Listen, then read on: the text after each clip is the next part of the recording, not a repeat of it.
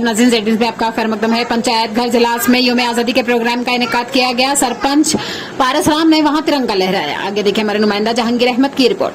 Sir उसमें रतन लाल जी उनको एक छोटी सी भेंट पेश करते हैं।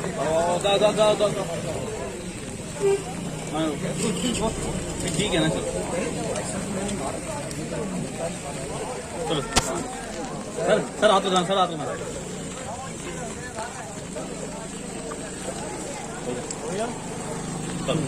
अब इसके बाद हमारे जो कैप्टन सादिक साहब उनको एक साथ पेश करते हैं और कैप्टन साहब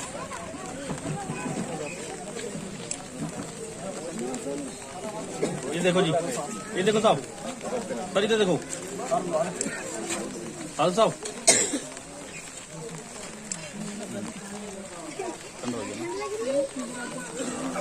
अब इसके बाद हमारे फौजी एक्स सर्वमैन फारूक जी उनको हम जो हमारी पंचायत की देख रेख करते हैं, साथ मिल के करते हैं, उनको हम छोटा सा मास्टर जी साथ डालेंगे।